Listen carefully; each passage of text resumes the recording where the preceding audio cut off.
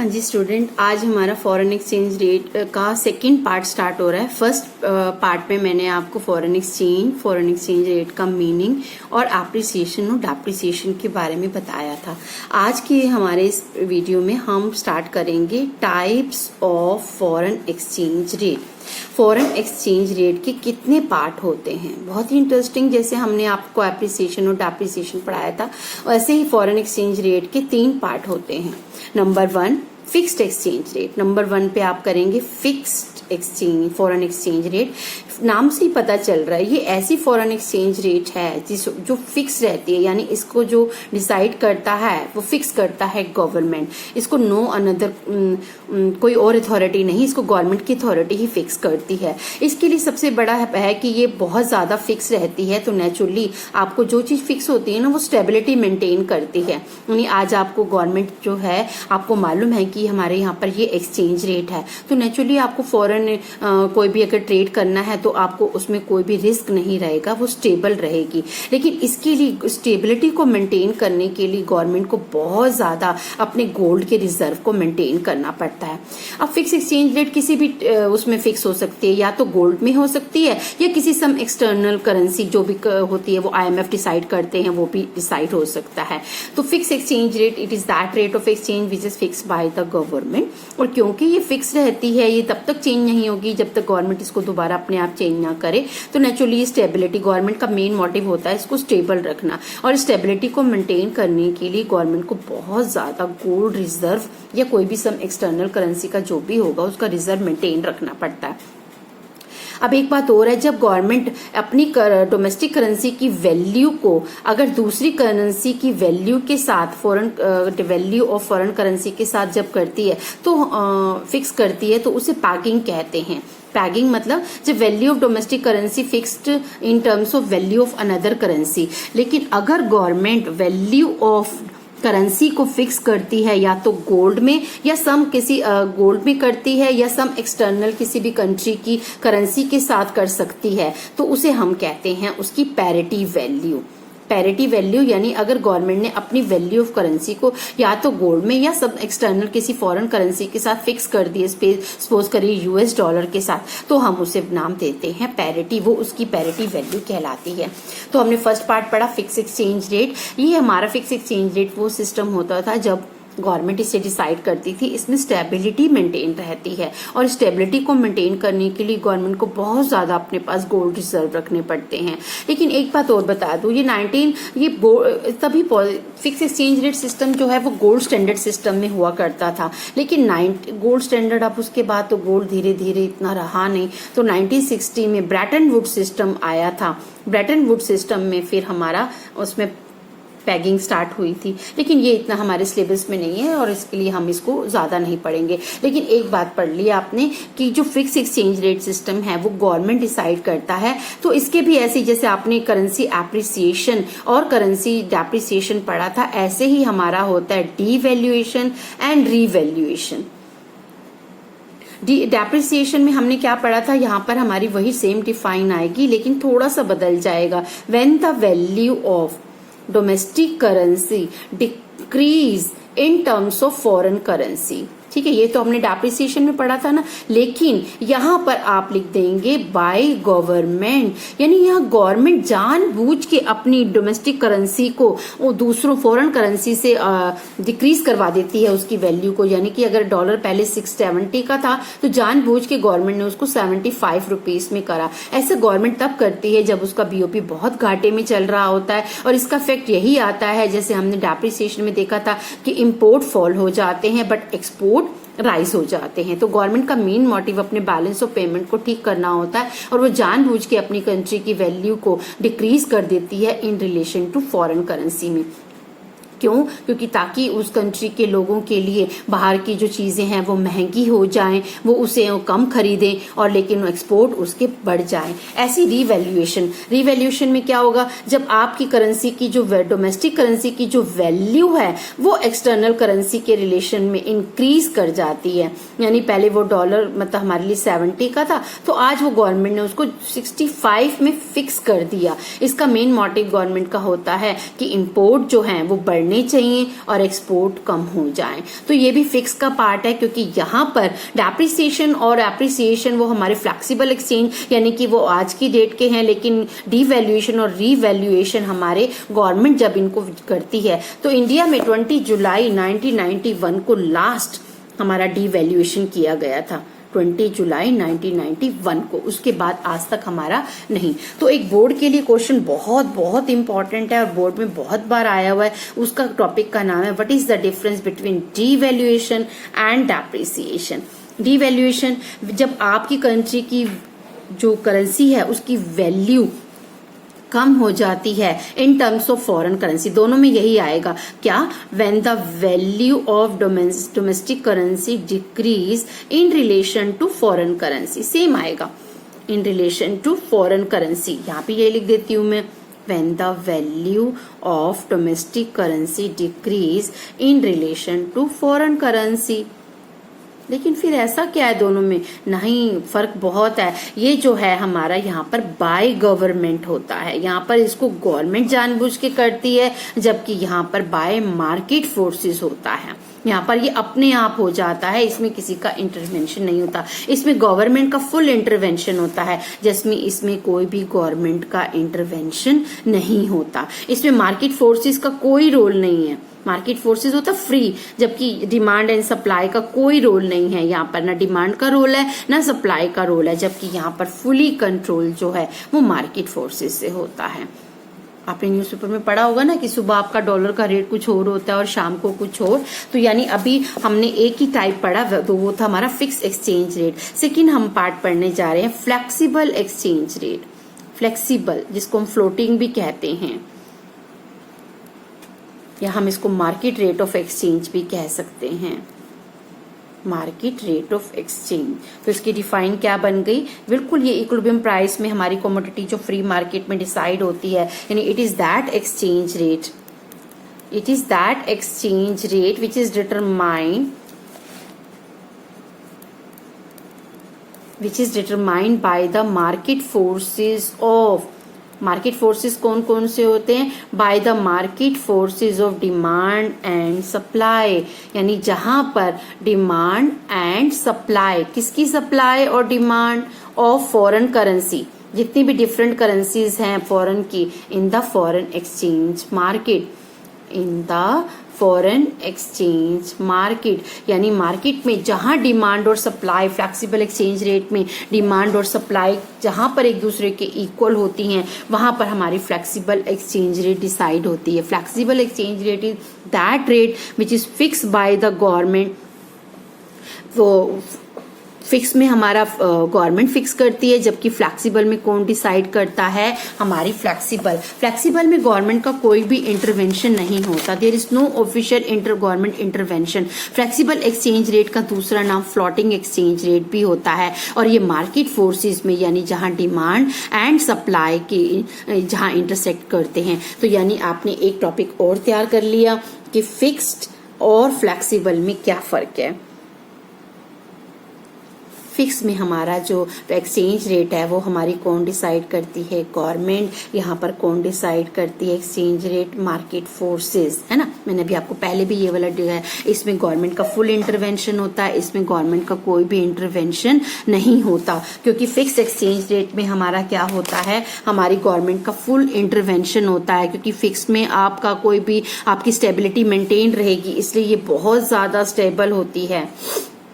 और स्टेबिलिटी को मेंटेन रखने के लिए गवर्नमेंट को बहुत ज़्यादा गोल्ड रिजर्व मेंटेन करने पड़ते हैं, जबकि ये बहुत ज़्यादा, इसमें कोई स्टेबिलिटी नहीं होती, इसमें बहुत ज़्यादा वेरीज आते हैं, कभी थोड़ी देर में ये चेंज होता रहता है। जैसे आज डॉलर का रेट कुछ और होगा, कल कुछ और होगा, तो ये मोस्टली। लेकिन इसमें ये है कि मार्केट फोर्सेस, इसमें जो मेन डिटरमिनेशन है डिमांड और सप्लाई का होता है, और इसमें जबकि गवर्नमेंट का इंटरवेंशन होता है। अब मैं आपको तीसरा पार्ट पढ़ा रही हूँ, मैनेज फ्लोटिंग एक्सचेंज रेट।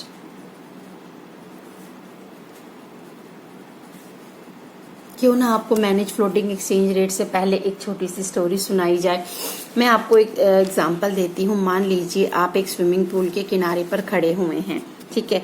और कोई मदर है वो अपने एक छोटे से बच्चे को स्विमिंग सिखाने के लिए ले जा रही है, ठीक है।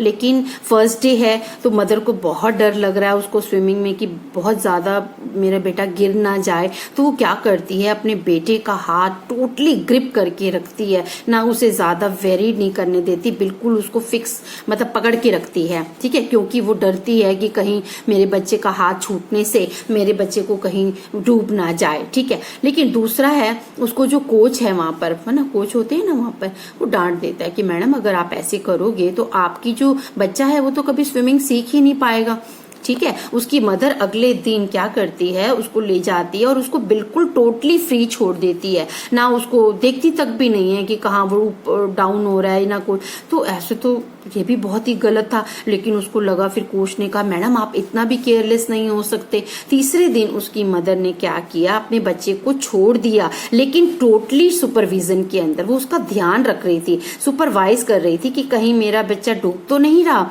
तो यानी ये एग्जाम्पल है किसका, फिक्स का, फ्लेक्सिबल का और मैनेज का। फर्स्ट डे की जो स्टोरी थी, जब वो अपने बच्चे का बिल्कुल भी हाथ नहीं छोड़ रही थी, वो एग्जाम्पल था फिक्स का। ना वो उसको ऊपर होने दे रही थी, नीचे बिल्कुल वहीं का वहीं बिल्कुल उसको पकड़ा हुआ था। लेकिन फ्लेक्सिबल था सेकेंड डे का एग्जाम्पल, जब उसने उसको टोटली छोड़ दिया था कि जाओ भैया आप डूबो या कुछ करो। लेकिन ऐसा नहीं हो सकता, कोई भी मदर अपने बच्चे को ऐसे नहीं छोड़ती, वो हमेशा उसको मैनेज सुपरवाइजन में रखती है। तो आप शायद समझ गए होंगे मैनेज्ड का मीनिंग क्या होता है। मैनेज्ड में गवर्नमेंट जो है वो फॉरेन एक्सचेंज रेट को, ठीक है, मार्केट फोर्सेस में डिसाइड करने देती है। मार्केट फोर्सेस में डिमांड एंड सप्लाई की उससे डिसाइड तो होता है, but with the intervention of central bank, यानी इसको दोनों डिसाइड करते हैं मैनेज में। Manage is the hybrid, hybrid समझते हैं, मिक्सचर बोलते हैं, कॉम्बिनेशन बोलते हैं। किस किस का कॉम्बिनेशन है, ध्यान से देखिए, बहुत ही प्यारा। जैसे मैंने आपको मदर की स्टोरी सुनाई, फिक्स एंड फ्लेक्सिबल का ये हाइब्रिड है। यानी जिस दिन मदर थर्ड डे अपने बच्चों को थोड़ा सा फिक्स कैसे करती थी कि कहीं वो डूब ना जाए, सुपरवाइज रखती थी, और फ्लेक्सिबल मतलब कि इतना ज्यादा भी ना डूबे, जैसे ही वो डूबने लगता तो फट जाकर कुछ ना कुछ ऐसा करती कि उसका बच्चा उसकी कंट्रोल में, यानी कि वो बहुत ज्यादा डूबने के उसमें ना आ जाए। तो मैनेज की डिफाइन है, it refers in which foreign exchange is determined by market forces and central bank।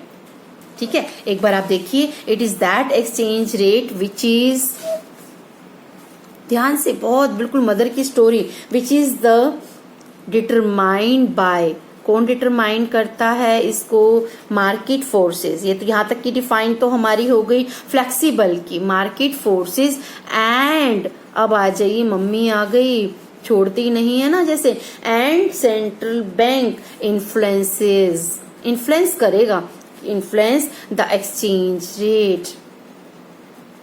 कैसे करेगा, थ्रू इंटरवेंशन, आवाज लगाएगा, अरे अरे अरे ध्यान रखो, या किसी भी तरह से, through intervention in the foreign exchange market. आपने देखा यहाँ तक की डिफाइन किसकी बन गई, फ्लेक्सिबल की, and central bank. Central bank किसकी अथॉरिटी होती है, गवर्नमेंट की। वो इन्फ्लुएंस, यानी कि यहाँ तक फ्लेक्सिबल है और इसके बाद का फिक्स, यानी it is the hybrid of fixed and flexible exchange rate.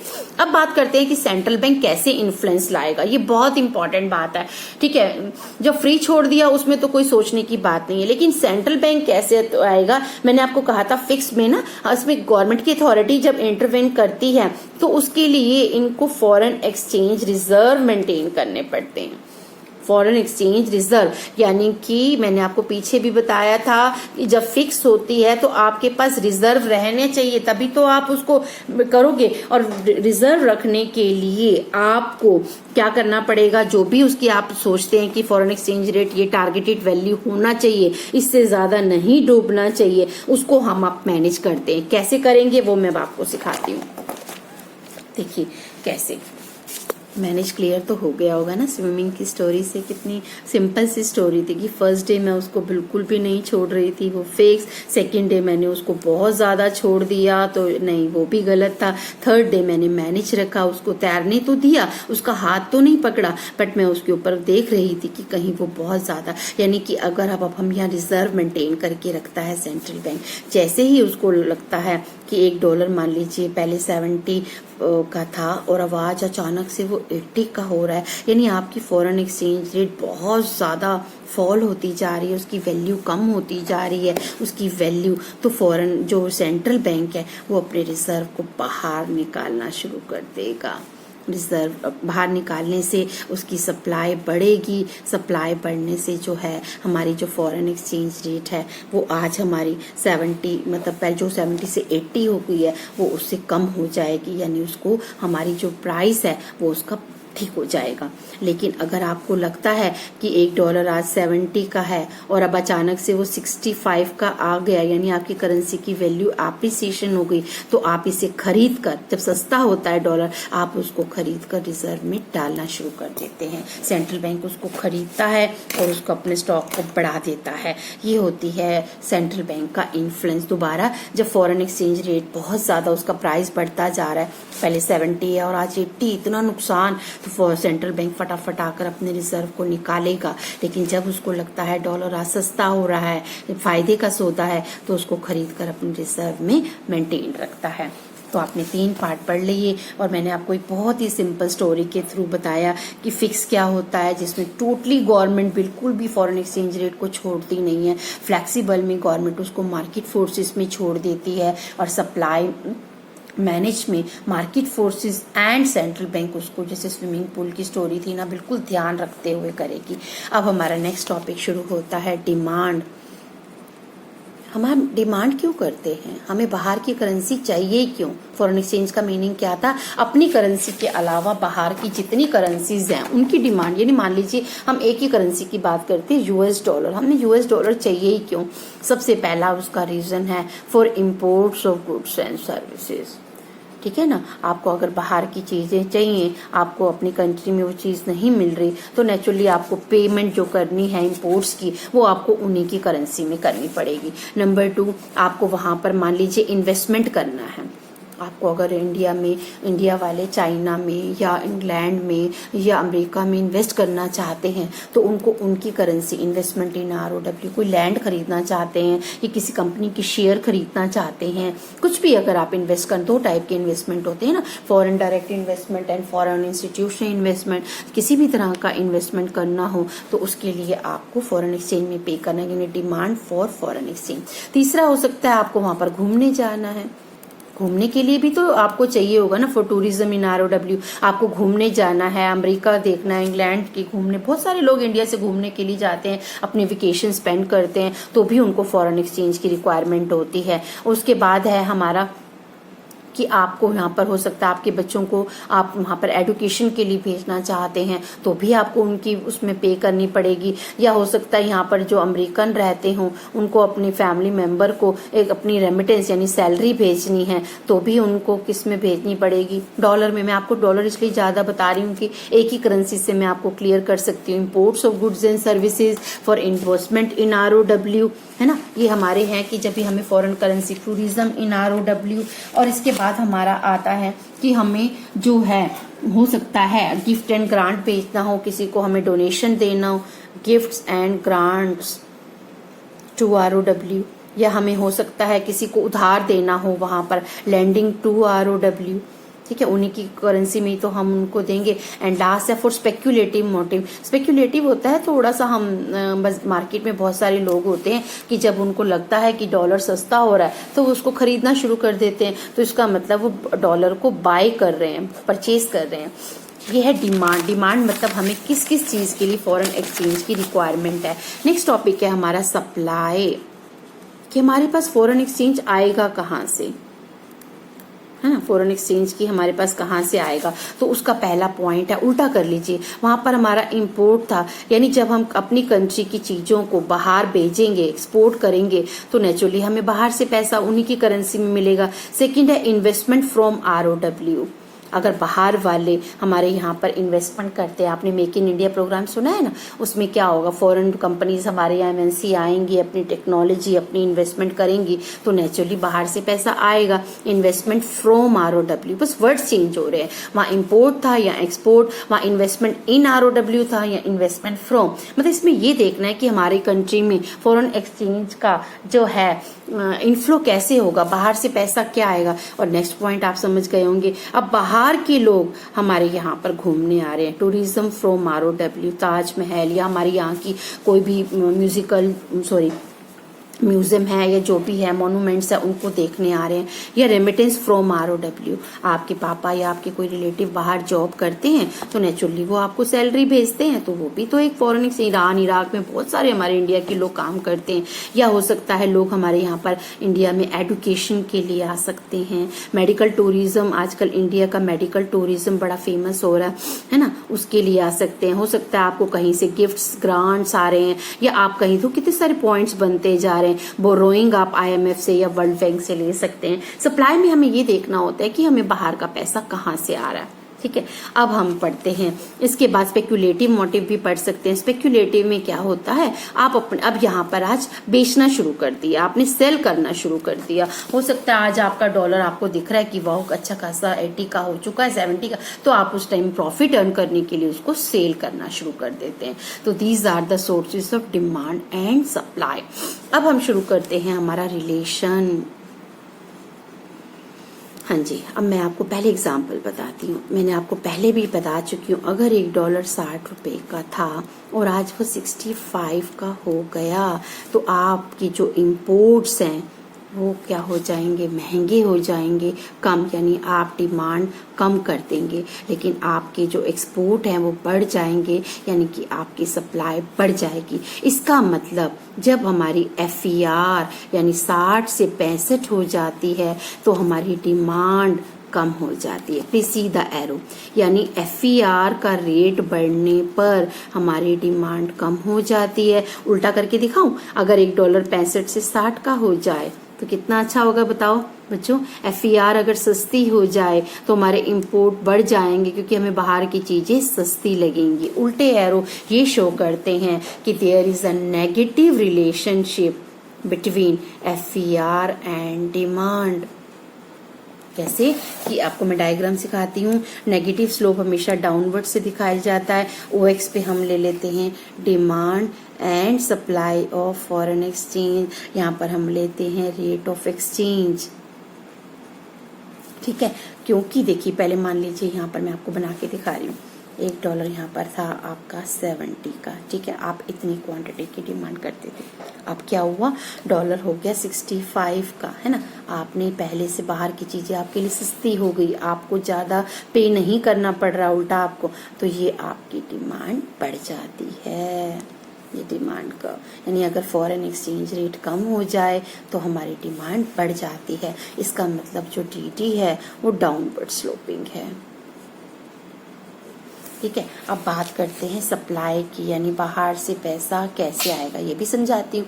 मान लीजिए एक पहले $60 का था और आज हमें हो गया 65 का।